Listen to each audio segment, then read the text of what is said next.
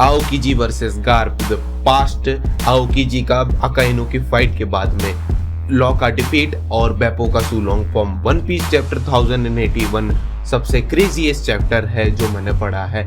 Voda spam मार रहे हैं टॉप जी चैप्टर के साथ में हर महीने। तो चैप्टर में हमें लॉ की सबमरीन पोरर टैंक को दिखाया जाता है जो बिल्कुल तबाह हो चुकी है और वो समुद्र में डूबी जा रही है। दूसरी तरफ विनर आइसलैंड में हमें ब्लैक बियर्ड, बेपो और लॉ की हालत दिखाई जाती है जिसमें लॉ और बेपो एकदम से हार चुके हैं और ब्लैक बियर्ड अभी भी खड़ा है और वो बोलता है कि तुम अपने आप को पायरेट भी नहीं कह सकते। अब मैं तुम्हारे डेविल फ्रूट के साथ क्या करूं? क्या मैं तुम्हें मार दूं या तुम्हारे डेविल फ्रूट को बेच दूं या फिर मैं इस्तेमाल करूं? उतने में बेपो रंबल बॉल खाता है। जी हाँ, चॉपर ने बेपो को रंबल बॉल दिया था और उससे वो सुलोंग फॉर्म में कन्वर्ट हो जाता है और जिसको देखकर ब्लैक बियर्ड का पूरा क्रू शॉक में आ जाता है। अब ये सीन पर से मुझे एक बात कहनी थी। अब इस चीज पर से दो सवाल उठते हैं, क्या बेपो सुलोंग ट्राइब से बिलोंग करता है या फिर बेपो के पास डेविल फ्रूट है? अब देखो, सुलोंग ट्राइब का होता ना तो डेफिनेटली वानो की ओनिगाशिमा रेड में ही बाहर आ गया होगा क्योंकि उसकी ही ट्राइब वाले अपने जगह के लिए लड़ रहे हैं और दूसरा फुल मून है तो उस टाइम पे ट्रांसफॉर्मेशन दिख सकता था। तो अब बेपो वहां पे बाहर नहीं आया है तो बेसिकली ऐसा कह सकते हैं कि वो सुलोंग ट्राइब से बिलोंग नहीं करता है। तो ये रंबल बॉल वाली सिचुएशन मानी जा सकती है कि चॉपर ने ओनिगाशिमा की रेड के बाद में उसको रंबल बॉल दिया हो जिसका इस्तेमाल उसने आज इस चैप्टर में किया हो। तो डेफिनेटली अब ये चीज या तो फिर बेपो के पास डेविल फ्रूट है वो कंफर्मेशन बताती है या फिर बेपो कोई और एक नई ट्राइब से बिलोंग करता है। अब ये तो ओडा ही बता सकते हैं, मेरा तो ये मानना है।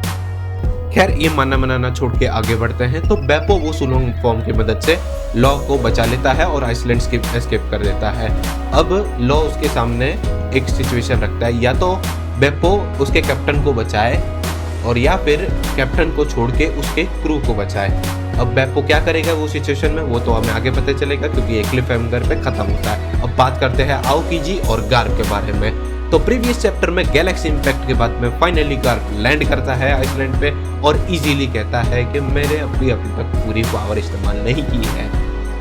Damn bro, Garp casually Iceland का एक पार्ट डिस्ट्रॉय करके बोल रहा है ब्रो हैज इन्फिनिट रेज। और मैं अकाइनो को एक चीज बोलना चाहता हूँ कि तू भाई जाके सेनगोकू को थैंक यू बोल।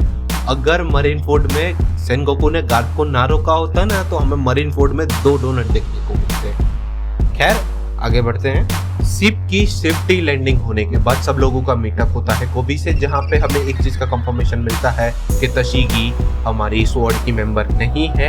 तभी वहां पे आओकीजी पुल आउट करता है और हिबारी को फ्रीज कर देता है और वहीं पर ही बैटल शुरू होता है, गार्प वर्सेस आओकीजी। और उससे पहले आता है आओकीजी का पास्ट कि वो कैसे ब्लैक बियर्ड के ग्रुप में ज्वाइन हुआ।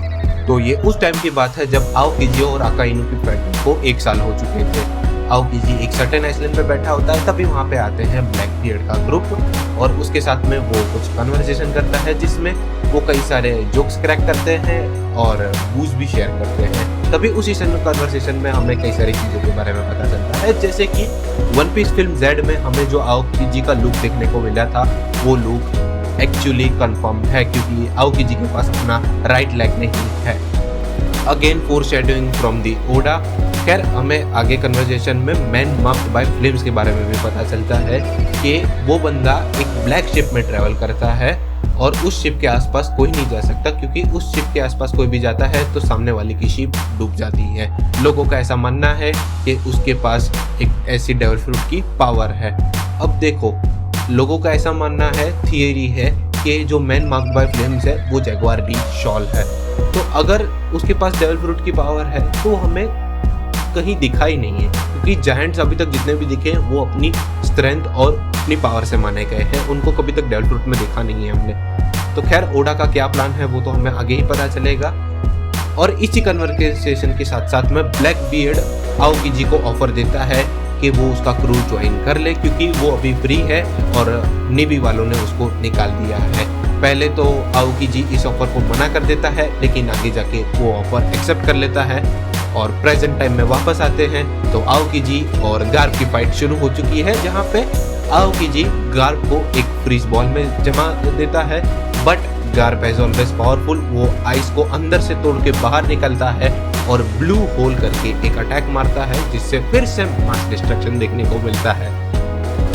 और हाँ, गार्प और आओकी की कन्वर्सेशन में आओकी एक बढ़िया डायलॉग मारता है कि गार्प, तुम किसे बचाना चाहोगे, अपने पुराने प्रेस्टीज स्टूडेंट यानी आओकी, वो खुद की बात कर रहा है, या फिर अपने नए फेवरेट स्टूडेंट गोबी की बात करोगे।